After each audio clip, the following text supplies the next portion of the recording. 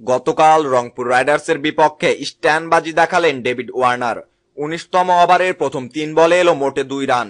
Death ওভারে এমন run উঠলে কি ডেভিড ওয়ার্নারের সঙ্গে মানায়? না, মানায় না। তাই তো স্ট্যান্স বদল করে নিলেন এই অজি তারকা, হয়ে গেলেন ডানহাতি ব্যাটসম্যান।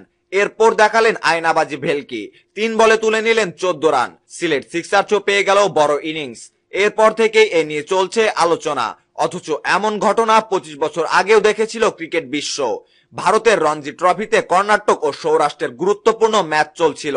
ব্যাটিং এ নামেন সৌরাষ্ট্রের ব্যাটসম্যান সুনীল গাভাস্কার। পিচ এমন আজে বাজে আচরণ করছিল যে সুবিধা করতে পারছিল না ব্যাটসম্যানরা। টুর্নামেন্ট বাঁচাতে বিশেষ এক কৌশলের আশ্রয় নেন গাভাস্কার। ম্যাচের এক মুহূর্তে স্ট্যান্স বদল করে হয়ে যান বাঁহাতি ব্যাটসম্যান। ১০ ওভারের চেয়েও বেশি এভাবে চালিয়ে গিয়েছিলেন সুনীল গাভাস্কার। ম্যাচ শেষ পর্যন্ত ড্র করতে পেরেছিলেন ভারতের এই ব্যাটসম্যান। সেদিনকার ঘটনা মনে করতে অট্ট হাসিতে ফেটে পড়েন সাবেক রাঘুরাম ভাট।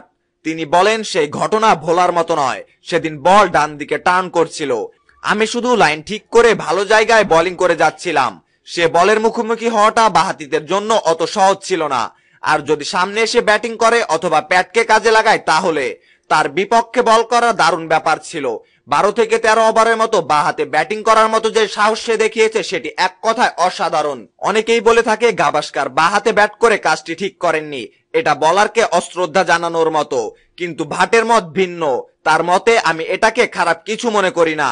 সে ম্যাচ বাঁচানোর চেষ্টা করেছিল এবং সেটি তার দায়িত্ব। সম্পূর্ণ নিয়ম মেনে হারার চেয়ে যেটা ছিল ভালো। সেদিনের খেলা যদি রেকর্ড করে রাখতাম আমি অবশ্যই সেটি তরুণ ক্রিকেটারদের দেখাতে পারতাম। সম্মানিত ভিউয়ার্স, খবরটি সম্পর্কে আপনার মতামত জানিয়ে কমেন্ট বক্সে কমেন্ট করতে ভুলবেন না। ক্রিকেটের নিত্য নতুন সকল সংবাদ সবার আগে পেতে চ্যানেলটি এখনই সাবস্ক্রাইব করুন। ধন্যবাদ।